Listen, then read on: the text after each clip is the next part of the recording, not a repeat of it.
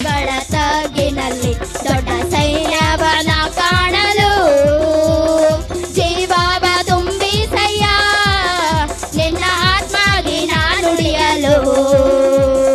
ಬೆಂಕಿಯಾಗಿ ಇಳಿಯಲಯ್ಯ ಅಗ್ನಿ ಜ್ವಾಲೆಯಾಗಿ ಉರಿಯಲಯ್ಯ ಬಿರುಗಾಳಿಯಾಗಿ ಬೀಸಲಯ್ಯ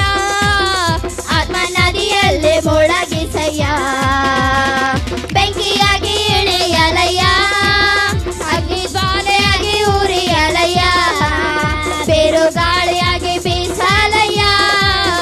ಆತ್ಮ ನದಿಯಲ್ಲಿ ಮುಳಗಿಸಯ್ಯ